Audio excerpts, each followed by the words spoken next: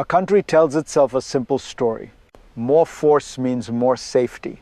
Now, stop. Picture a 37-year-old mother, a U.S. citizen, dead on a Minneapolis street, shot by a federal immigration officer. Those two images collide violently, irreversibly. I'm Fareed Zakaria. And what you are witnessing is not just another protest, it is a crack in the national narrative. From Minneapolis to New York, from Cleveland to Boston, Americans are not only grieving Renee Nicole Good, they are questioning power itself. The streets are frozen. The fear is real. Federal agents still patrol. And yet people keep coming out peacefully, persistently, because something feels fundamentally wrong. This moment matters far beyond one tragic killing. If you want to understand why, stay with me. Listen closely. Share this discussion if it resonates, because before policy, before politics, there is a deeper question we must face. And that question leads us directly to what this crisis is truly about. This is not a story about one officer, and it is not a story about one city. It is about a system and the logic that now governs it. The Trump administration promised something very clear. A harsher immigration crackdown would make America safer. More raids, more agents, more power. That promise was repeated again and again, especially to communities far from the border, especially to people told they had nothing to fear. But what happened in Minneapolis shatters that claim. A U.S. citizen was killed. A mother in her own city by an agency supposedly focused on immigration enforcement, and when the country demanded answers, what followed was not restraint. It was escalation. Officials defended the shooter. They attacked the press. They smeared the victim. They doubled down. This is the core of the problem. When power stops listening, when enforcement replaces judgment, when fear becomes policy, to understand how we arrived here, we need to step back and look at the path that led us to this moment. To understand this moment, we have to look backward, not decades, just 1 year. Over the past year, Donald Trump made a simple argument. Relentlessly, publicly, force would fix fear. Immigration enforcement, he said, had to become harsher, more aggressive, less restrained. The logic was familiar. Target the vulnerable, call it security. Promise safety to everyone else. This was not presented as cruelty. It was sold as protection, as order, as control. But systems don't change in isolation. When power is encouraged to move faster, to ask fewer questions, to treat entire communities as threats, something shifts. Rules bend, judgment narrows, human beings turn into abstractions. And when that happens, mistakes stop being rare. They become inevitable. Minneapolis did not come out of nowhere. It emerged from this environment, from this pressure, from this logic, and then one moment turned everything combustible. That moment is where this story truly explodes. It happened in seconds. A routine moment, a city street, a mother behind the wheel, then gunfire. Renee Nicole Good was shot and killed by an ICE officer. 37 years old, a U.S. citizen. A life ended instantly. The shock was immediate. The video spread. The questions followed.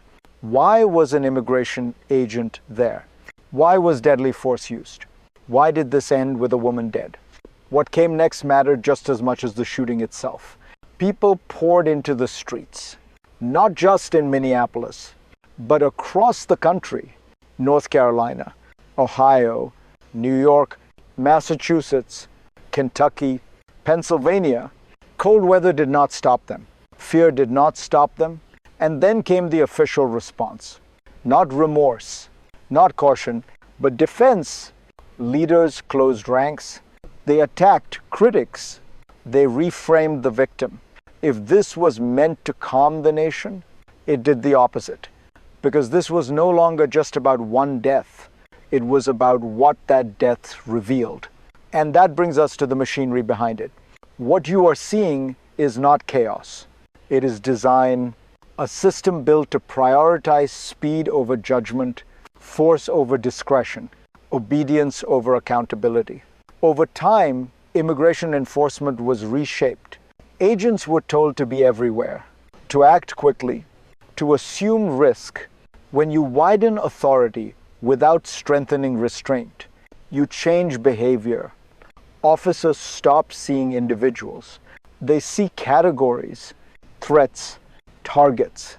Oversight weakens. Internal checks fade.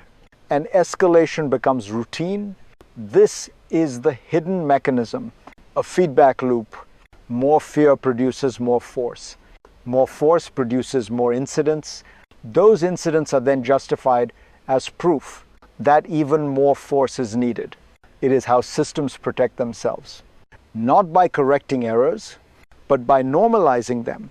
In that environment, a killing is no longer unthinkable. It becomes procedural. And once that line is crossed, the damage does not stay contained. Because systems like this do not just act on the margins. They spill outward, and that spill leads directly to the next rupture. The second rupture came fast. Not from the streets, but from the podium. Instead of restraint, the administration escalated. The vice president spoke for 35 minutes, not to mourn, not to pause, but to attack. He questioned the victim's innocence. He defended the shooter. He accused the press of lying for asking obvious questions. Then something extraordinary happened. The video of the killing was reposted, amplified, reframed, not as evidence, but as a warning. Soon after, the head of Homeland Security went further. Renee Nicole Good was labeled a domestic terrorist, a dead mother, branded after death. This was the second crisis, not the use of force, but the use of language. Because when a government responds to tragedy by smearing the victim, it signals something dangerous. It is no longer managing a crisis. It is hardening a narrative. And that narrative does not stay abstract. It lands somewhere very real. It lands on you. If you are watching this, you are not an abstraction. You live in a neighborhood. You drive familiar streets. You trust that rules apply evenly. But imagine this. Federal agents patrol your city, not for war, not for terror, but for immigration enforcement. And yet, a citizen is killed. What does that do to your sense of safety? You start to hesitate. You look twice. You wonder who is really protected. This is the quiet impact. The part no briefing explains. Communities withdraw. Trust erodes. Fear spreads sideways, not just among immigrants, among everyone. Because when power becomes unpredictable, it doesn't feel strong. It feels dangerous. If this story unsettles you, it should. Talk about it. Share it. Not to inflame, but to understand, because a society that cannot question force, cannot control it, and once fear enters daily life, it doesn't stay local. It crosses borders. And that is where the consequences widen even further. What begins in one city never stays there. America is watched closely, constantly. When federal agents kill a citizen and leaders respond with defiance, the signal travels fast. Allies notice the tone. Adversaries notice the opportunity. Both notice the pattern. A nation that once lectured the world about rule of law now appears to bend it at home. That weakens credibility. Not rhetorically, structurally, authoritarian governments point and say, this is normal. This is security. Border policies harden elsewhere. Protests are dismissed more easily. Force becomes easier to justify. This is the domino effect, not caused by one death, but by the reaction to it. Because global influence is not just power, it is example. When fear-driven governance spreads, it does not respect borders. It travels through institutions, through alliances, through norms. And once those norms erode, they are difficult to rebuild, which leaves us with the final question. Where does this road lead? And what future is now being shaped? There are three paths forward. None of them are abstract. All of them are already forming. The first is correction, accountability, oversight restored, force restrained by law. In this future, the killing becomes a turning point, a moment that forced reform. Pain is acknowledged, trust slowly rebuilt. The second path is stagnation. Nothing changes. The outrage fades. The system absorbs the shock. Incidents continue. Language hardens. Fear becomes background noise. Democracy survives, but thinner, more brittle. The third path is escalation, the most dangerous one. Force expands. Criticism is treated as threat. Victims are recast as enemies. In that future, violence is no longer shocking. It is expected. History shows us this truth. Systems rarely collapse overnight. They erode quietly, incrementally. The future is not decided by one election or one tragedy. It is decided by whether societies recognize warning signs while they still have time. And that brings us to the final question. What do we do now? This moment will not be remembered for what officials said at a podium. It will be remembered for what people chose to accept.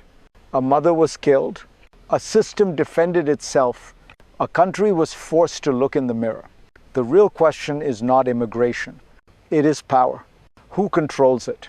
Who restrains it? And who pays the price when it goes unchecked? History is clear about one thing. Democracies do not fail because of one dramatic act. They fail when cruelty is normalized and truth is blurred. In the name of safety, you are not powerless here. Pay attention, question language, reject false choices between security and humanity. If this analysis helped you see the system more clearly, share it, talk about it, stay engaged, because the future is shaped not only by leaders, but by citizens who refuse to look away. This story is not over. It is only beginning.